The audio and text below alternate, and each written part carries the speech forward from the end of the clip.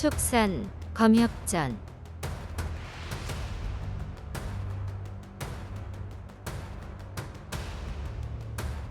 12화 여협 주경운.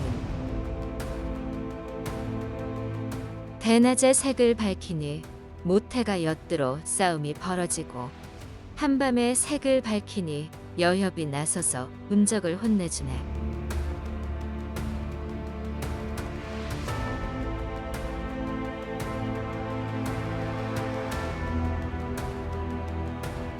유덕이 직통과 모태의 손을 잡아 끌고 대전으로 자리를 옮겨 간단히 안부를 묻고 연회를 즐겼다.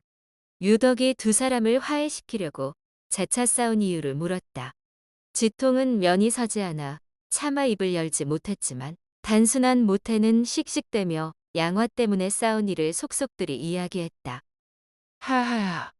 둘이 한참 싸운 이유가 고작 그건가? 그게 어디 한 집안 사람끼리 얼굴 붉히며 싸울 일인가? 자아자아, 날 봐서라도 어서 화해하게. 지통과 모태는 너무 부끄러워 쥐구멍에라도 숨고 싶었으나, 유덕의 말에 못 이기는 척 잘못을 인정하고 감정을 풀었다. 세 사람은 저녁을 먹으며 가벼운 담소를 나누었고, 그 후에 지통이 2달 동안 있었던 일을 상세히 이야기하며 유덕에게 도움을 청했다. 유덕이 말없이 생각에 잠겨 있는데 갑자기 모태가 끼어들었다. 저도 말씀드릴 것이 두 가지 있습니다. 정신없이 싸움 박질하다가 생각지도 못한 사형을 만나 너무 기쁜 마음에 깜빡 잊었습니다. 무슨 일인데 이렇게 안절부절 못하는가? 오늘 원수놈을 찾으려고 성에 갔었습니다. 원수는 못 찾고 실종되었던 제자 장량을 찾았습니다. 듣자니 두 발이 잘린 채 잡혀서 관부에 끌려갔고 오늘 아침에 처형당했답니다. 이럴 수가. 그렇잖아도 실종된 장량이 독수를 당하지 않았나 걱정스러워 계속 관부에 사람을 보내 알아보고 있었는데 왜 사전에 아무 말도 없었지? 이상하네. 못해. 자네가 잘못 들은 거 아닌가? 잘못 들을 게 뭐 있나? 관부에서 음적을 처형했다는 소식을 듣고 급히 성방 매장지로 가보았네. 시체를 확인했는데 잡힐 때 두 발이 잘린 것 같더군. 내 두 눈으로 똑똑히 보았으니 틀림없네. 이 원수놈을 어떻게 찾을까 자네와 상의하러 급하게 돌아왔는데 그 계집년 때문에 형제끼리 의가 깨질 뻔했네. 사제, 침착하게. 아무래도 예산일은 아닌 것 같군. 성도의 우리를 곤란에 빠뜨리려는 아미파 일당이 있는 모양인데 복수는 그렇게 함부로 가볍게 움직여서 될 일이 아니야.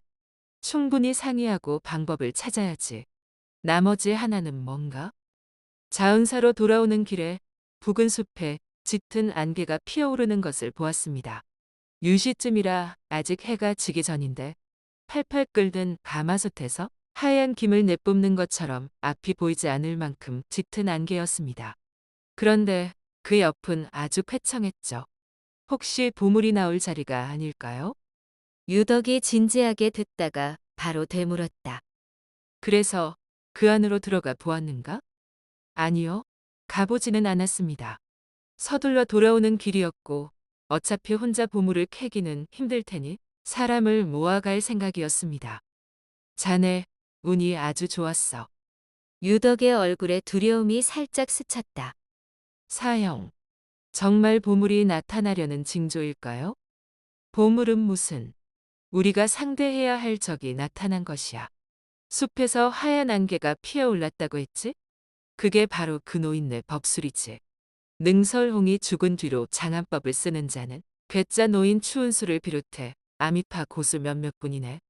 깊은 산에서 돌을 닦는 진인과 산인이 악귀에 방해 없이 조용히 수련하기 위해 자신의 거처를 숨길 때 사용하는 일종의 영무장이지. 사부에게 추운수 이야기는 많이 들었지만 20여 년 전 종적을 감추어서 실제로 본 적은 없어. 지통사제가 얼마 전 추운수가 나타났다고 했을 때까지만 해도 반신반의했는데 지금 이 부근에 와 있다면 분명 우리에게 불리한 계획을 세우고 있을 걸세. 우리 셋만으로는 적수가 될 수 없으니 서둘러 대책을 세워야 해. 지통도 추운수와 겨룬 적은 없지만 사부에게 익히 들은 데다 유덕까지 이렇게 말하니 더욱 불안했다. 그러나 모태는 저 혼자 도적질이나 일삼다가 추운수가 종적을 감춘 후 뒤늦게 강호에 뛰어든 터라 상황의 심각성을 모르고 길길이 날뛰었다. 사형. 그자가 대체 뭐라고 이리 몸을 사리십니까? 사람은 100살을 넘기기 힘든 법인데 20년이 넘도록 보이지 않았다면 벌써 죽었을지도 모르죠. 지금 나타난 자는 다른 사람일 수도 있습니다. 장안법이니 뭐니 그저 남의 눈을 속이려는 안개일 뿐인데 뭐가 대단하다고 이렇게까지 겁을 내십니까? 유덕이 한심하다는 듯 코웃음을 쳤다. 쯧쯧 자네가 알 리가 없지. 안개 쪽으로 가지 않고 서둘러 돌아왔으니 먼정이지. 안 그랬으면 벌써 독수에 당했을 걸세. 아미파에도 뛰어난 고수가 많지만 그들을 돕는 추운수는 아주 독보적이지. 아니길 바라지만 정말 추운수가 온 거라면 내 사부님이 와도 힘들 것이네. 아미파는 후대가 끊기지 않도록 30년 혹은 50년마다 타고난 자질이 뛰어난 젊은이들을 대대적으로 물색해 문화에 들이고 있어. 사부님 말로는 아미파가 재작년부터 사천, 섬서, 운남, 귀주 일대에서 제자를 찾기 시작했다는데 오대파와 서장파도 인재를 물색하는 해였지. 양쪽이 원하는 바가 같으니 당연히 충돌이 잦았지. 듣자니 황산에 차나가거든 주경훈이라는 여자아이가 제로 삼령 주순의 딸이라더군. 어린 나이에 미모도 뛰어나고 입문한 지 몇 년 안 됐는데 벌써 괄목할 만한 실력을 갖추었다지. 그 외에 고행드타, 재수명, 염선 등도 쓸만한 제자를 들였다는군. 조만간 골치 아픈 일이 많을 테니 정신 바짝 차리라고. 주경훈이란 아이가 그 원수놈 주순의 딸이라고요? 어찌 이리 잘 아십니까? 황산 오로봉 뒤편에 오음보라고 깎아지른 듯 험준한 절벽이 있네. 오대파 선배의 여검선 한 분이 그곳에서 수련 중이지. 우리 사부들과 같은 학렬로 50년 전 아미파와 겨루는 자리에 있었다는군. 당시 태울운원 조사가 무영검의 당에 판도가 기울자 안 되겠다 싶어 그대로 달아났어. 겉으로는 모든 인연을 끊고 깊은 산에 응거하며 홀로 수련하는 것 같지만 사실 복수를 위해 조용히 힘을 기르는 중이라네.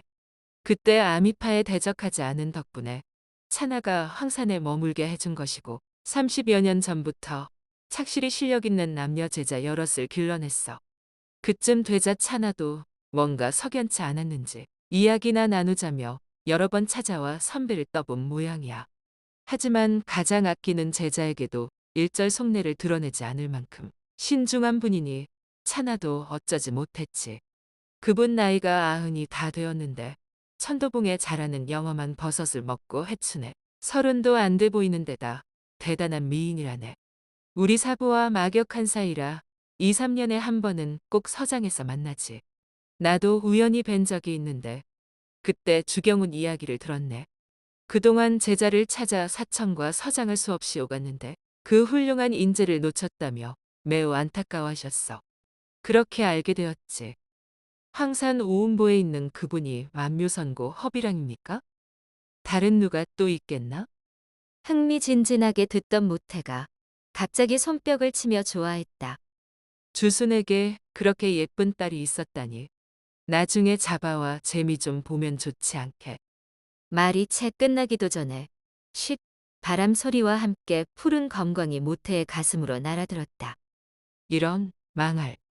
황급히 옆으로 몸을 날렸지만 검광을 완전히 피하지 못했다. 검광이 왼팔을 강타하면서 팔꿈치 아래쪽에 잘려나갔다. 강적을 상대한 경험이 많은 지통이 재빨리 뒤통수를 쳐서 세 가닥 빗줄기를 쏘았다. 유덕의 태을권은 온갖 귀한 보물을 정련해 만든 법보라 준비 속도가 조금 더뎠다. 지통에 이어 태을권을 꺼내든 유덕이 적의 검광을 에워쌌고 다친 모태도 이를 악물고 검을 뽑았다. 하지만 상대는 보통 내기가 아니었다. 유덕이 제대로 법보를 휘두르려는데 적의 검광이 담 밖으로 내빼더니 감쪽같이 사라졌다. 세 사람이 바로 쫓아나갔지만 별이 가득한 밤하늘 아래 나뭇잎만 흔들릴 뿐 인기척이 전혀 없었다. 다들 화를 참지 못하고 길길이 날뛰었다. 유덕이 포기하지 않고 공중으로 날아오른 순간 빠르게 남쪽으로 사라지는 푸른 빛을 발견했다. 겁도 없이 설치더니 어딜 도망가느냐. 유덕이 고함을 지르며 날아간 후 지통도 모태의 상처를 싸매주고 급히 뒤따라갔다. 그러나 숲 앞에서 푸른 빛이 사라졌다. 지통이 숲으로 들어가려 하자 유덕이 급히 말렸다. 잠깐, 경거망동해선 안 되네. 달빛도 없는 어두운 숲에서 자객이 어디 숨은 줄 알고 들어가는가? 암개에 당하면 어쩌려고? 오늘 온 자는 만만치 않은 놈이야. 만만한 놈이었다면 오지도 않았겠지. 이만 돌아가 후일을 도모하세. 지통이 분에 못 이겨 숲을 향해 마구잡이로 검광을 날렸다. 잠시 후 검광을 거둔 후 확인했으나 피 냄새는 없었다. 결국 자객의 털끝 하나 건드리지 못한 채 유덕의 뜻에 따라 아쉬운 발길을 돌렸다.